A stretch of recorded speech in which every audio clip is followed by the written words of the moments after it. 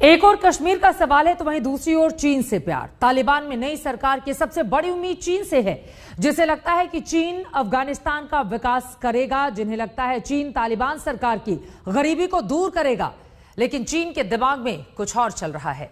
चीन की नजर अफगानिस्तान की जमीन पर छिपे खजाने पर है। चीन तालिबान का इस्तेमाल भारत के खिलाफ करने का प्लान बना रहा है। ऐसे में तालिबान और चीन के बीच बन रहे नए रिश्ते में भी कुछ कुछ लोचा है। ये तैयारी है अफगानिस्तान में नई सरकार की।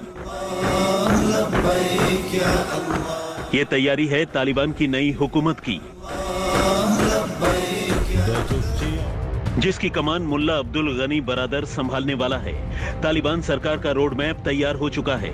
विदेश मंत्रालय से लेकर गृह मंत्रालय तक के नाम तय हो चुके हैं, जिनका जल्द ऐलान हो जाएगा। लेकिन उससे पहले तालिबान की नई हुकूमत की तस्वीरें सामने आई हैं। सरकार बनने से पहले तालिबान ने शक्ति प्रदर्शन की तस्वीरें जारी की हैं। अफगानिस्तान में परेड हो रही है, आजादी का जश्न मनाया जा रहा है। तालिबान अपनी ताकत दुनिया को दिखाने की कोशिश कर रहा है, लेकिन तालिबान इसके साथ ही अपनी रणनीति तैयार कर रहा है।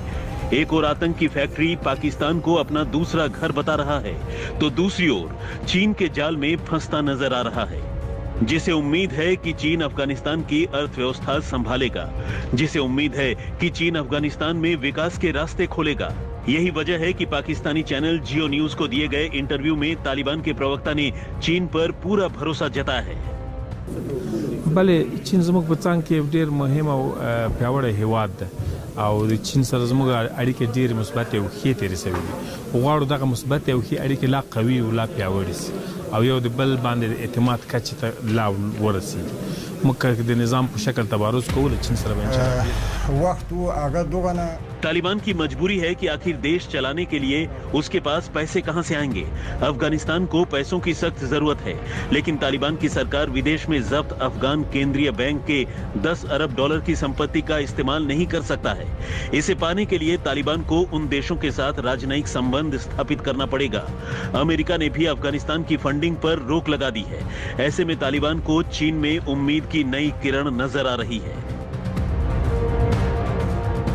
कुछ दिन पहले मुल्ला अब्दुल गनी बरादर ने बीजिंग का दौरा किया और चीन के विदेश मंत्री से बातचीत की थी। चीन भी लगातार तालिबान का समर्थन करता रहा है, जिससे तालिबान में अपने कई फायदे नजर आ रहे हैं। अफगानिस्तान में 3 ट्रिलियन डॉलर यानी करीब 200 लाख करोड़ रुपए की खनिज संपदा है, जिस पर चीन की नजर है। चीन अफगानिस्तान का इस्तेमाल अपनी सैन्य ताकत बढ़ाने के लिए भी कर सकता है। इसके अलावा चीन उइगर मुस्लिमों की आवाज दबाने का काम भी अफगानिस्तान से करेगा। तालिबान चीन को भरोसा दिला चुका है कि वो उइगर मुस्लिमों के कट्टरपंथी तत्वों पर नकेल कसकर रखेगा। अफगानिस्तान की जमीन का इस्तेमाल चीन के खिलाफ नहीं किया जा सकेगा। इसके अलावा तालिबान से चीन के लगाव की एक वजह हिंदुस्तान भी है, जो भारत के खिलाफ तालिबानी जमीन का इस्तेमाल कर सकता है। संयुक्त राष्ट्र में अमेरिका की पूर्व राजदूत रही निकी हेली ने चीन की इस साजिश का खुलासा किया है। We need to watch China because I think you're going to see China make a move for Bagram Air Force Base, and I think they're also making a move in Afghanistan and trying to use Pakistan to get stronger to go against India. चीन का दबदबा अफगान जमीन का इस्तेमाल भारत को घेरने के लिए भी करना है। वो तालिबान पर अपना दबदबा बनाकर अफगानिस्तान से भारत को बाहर करने की प्लानिंग भी कर रहा है। ऐसे में अगर अफगानिस्तान पूरी तरह से चीन के नियंत्रण में चला जाता है तो इससे भारत को तगड़ा झटका लगेगा।